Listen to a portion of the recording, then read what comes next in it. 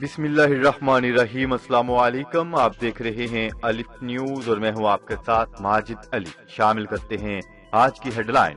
अफगानिस्तान में 11 सितंबर से फौजी इनखला शुरू हो जाएगा। अमरीकी सदर ने बड़ा बयान जारी कर दिया। इसराइल ने हमारे जोहरी प्लांट पर हमला करके बड़ी गलती की है, जवाद ज़रीफ। अफगान अमन अमल पर होने वाली इस्तांबुल कॉन्फ्रेंस की तारीख का ऐलान। जो बाइडेन इंतजामिया मुत्तहिदा अरब अमारात को असला की फरोख्त पर तैयार हो गई। अमेरिका का रूस से बाहमी ताल्लुकात मामूल पर लाने की ख्वाहिश का इजहार। अमेरिका आग से न खेले, चीन ने अमेरिका को खबरदार कर दिया। ईरान का इसराइली जहाज पर हमला। शहबाज शरीफ की जमानत मंजूर। तहरीक लब्बैक का तीसरे रोज भी एहतजाज जारी। इंतजामिया की बंद सड़कें खुलवाने की कोशिशें। पाकिस्तान और दुनिया भर की खबरों से बाखबर रहने के लिए अलिफ न्यूज को सब्सक्राइब कर लें और बेल आइकन को क्लिक करना ना भूलिएगा।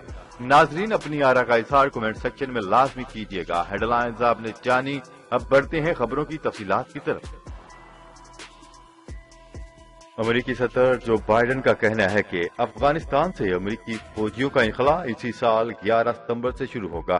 अपने बयान में उन्होंने कहा है कि इससे कबल सदर डोनाल्ड ट्रंप और अफगान तालिबान के दरमियान 1 मई की डेडलाइन रखी गई थी, जिस पर अमल दरामद मुमकिन नहीं। अमेरिकी सदर की इंतजामिया के सीनियर अफसरान ने ज़राए बलाग के नुमाइंदों से गुफ्तगू करते हुए कहा है कि बहुत गौर और पॉलिसी तजवीज के बाद सदर जो बाइडेन ने कहा है कि 20 वर्ष बाद अफगानिस्तान में मौजूद बाकीबांदा अमेरिकी फौजियों को वापस बुलाया जाएगा। वाज़ेह रहे कि जो बाइडेन इंतजामिया ने 11 सितंबर की तारीख बहुत सोच समझ कर रखी है, क्योंकि इस साल न्यूयॉर्क और पेंटागन में अलकायदा की जानिब से किए गए फजाई हमलों को 20 वर्ष मुकम्मल हो जाएंगे। इस वक्त अफगानिस्तान में अमेरिकी फौजियों की तादाद 2500 के लगभग है। इससे कबल तालिबान ये कह चुके हैं कि अगर अमेरिका ने 1 मई की मुतफिका डेडलाइन में अपनी फौज को वापस नहीं बुलाया तो वो गैर मुल्की अफवाज के खिलाफ कार्रवाइयां शुरू कर सकते हैं।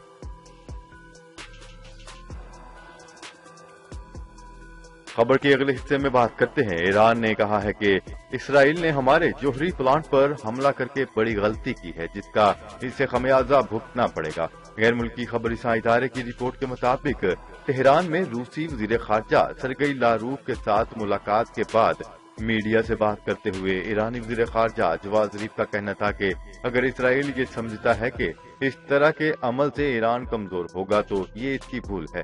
उन्होंने मजीद कहा है कि इस हरकत से वियना में आलमी ताकतों के साथ जारी मुज़ाकरात में ईरान की पोजीशन कमजोर होने की बजाय मजीद सख्त होगी।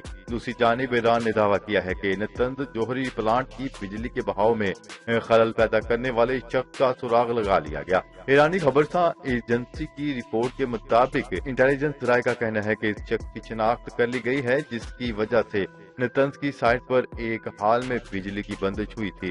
वेबसाइट के मुताबिक जिस शख्स का सुराग लगाया गया है, इसकी गिरफ्तारी के लिए जरूरी इक़दाम भी उठाए जा रहे हैं।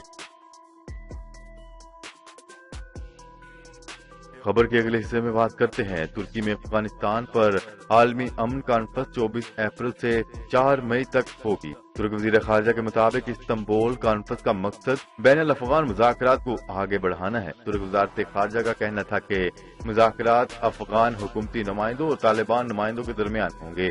कॉन्फ्रेंस में फरीकैन को मुश्तरका बुनियादी निकात पर मुश्तमिल सियासी मुफाहमत का रोड मैप बनाने में मदद दी जाएगी। क्या रहे कि इस्तांबुल में अफगान अमन कॉन्फ्रेंस अक़वाम मुत्तहिदा और कतर के ताउन से हो रही है।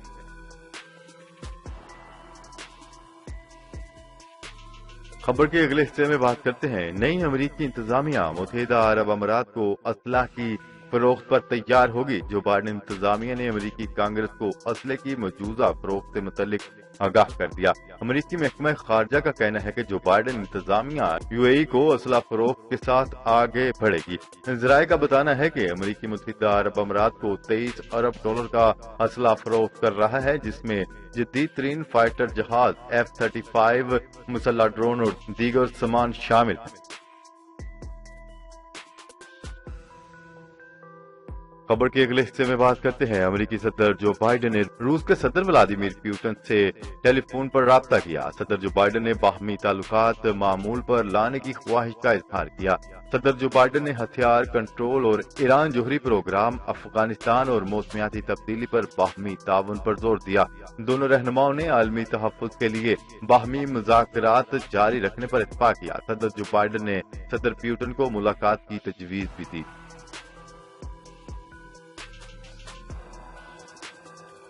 خبر کے اگلے حصے میں بات کرتے ہیں نے امریکہ کو خبردار کر دیا۔ بیجنگ نے امریکہ کو یہ وارننگ ایک ایسے وقت پر دی جب خطے میں کشیدگی میں مسلسل اضافہ ہو رہا ہے۔ ادھر امریکہ تائیوان سے اپنے رشتے بھی مسلسل مضبوط کرتا جا رہا ہے۔ چینی وزارت خارجہ کے ترجمان نے 13 اپریل منگل کے روز زور دے کر کہا ہے کہ امریکہ تائیوان کے مسئلے پر آگ سے نہ کھیلے اور سرکاری سطح پر تائیوان سے رابطے میں اضافے کو فوری طور پر بند کرے۔ انہوں نے صحافیوں سے بات چیت کرتے ہوئے کہا ہے کہ امریکہ کو تائیوان کے مسئلے پر تائیوان کی آزاد پسند قوتوں کو غلط اشارے نہیں دینا چاہیے، کیونکہ اس سے چین اور امریکہ کے تعلقات کافی متاثر ہو سکتے ہیں اور پورے ابنائے تائیوان میں امن و استحکام کو خطرہ لاحق ہوتا ہے۔ چین نے جزیرہ تائیوان کے آس پاس سیکیورٹی کا دائرہ اس قدر بڑھا دیا ہے کہ تقریباً ہر روز اس کی فضائیہ تائیوان کے فضائی حدود کی پامالی کرتی ہے۔ اسی تناظر میں امریکی محکمہ خارجہ نے گزشتہ جمعے کو خود مختار ریاست تائیوان کے ساتھ تعاون کو مزید مضبوط کرنے کی بات کہی تھی۔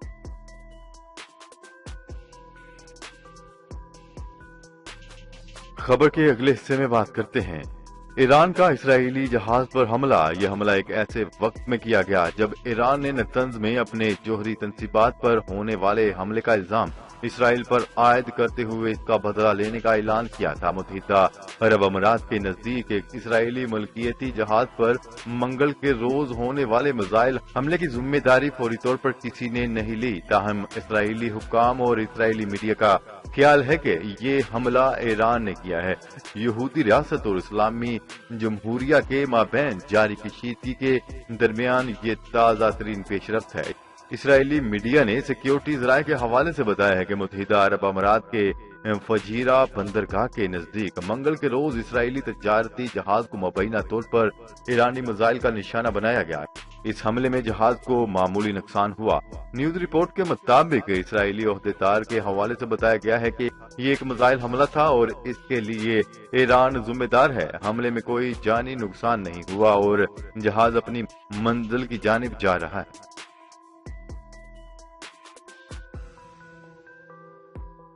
خبر کے اگلے حصے میں بات کرتے ہیں شہباز شریف کی ضمانت منظور کر لی گئی۔ لاہور ہائی کورٹ نے مسلم لیگ نون کے مرکزی صدر اور قومی اسمبلی میں اپوزیشن لیڈر شہباز شریف کی درخواست سے ضمانت منظور کر لی۔ عدالت نے شہباز شریف کو 50 لاکھ روپے کے 2 مچلقے جمع کروانے کا حکم دے دیا۔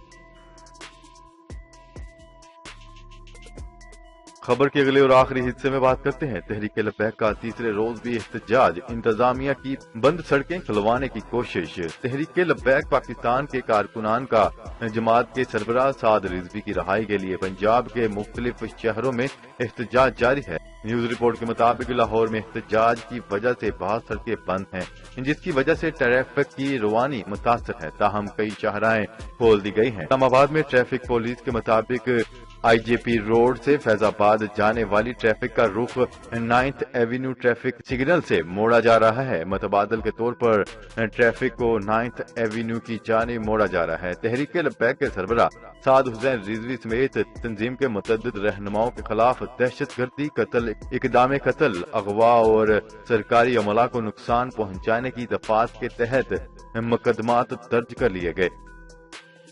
جی تو ناظرین، آج کے لیے اتنا ہی۔ مزید خبریں لے کر بہت جلد آپ کی خدمت میں حاضر ہوں گے۔ تب تک کے لیے اپنا خیال رکھیے گا۔ اللہ نگہبان۔ پاکستان زندہ باد، پاکستان آرمی پائندہ باد۔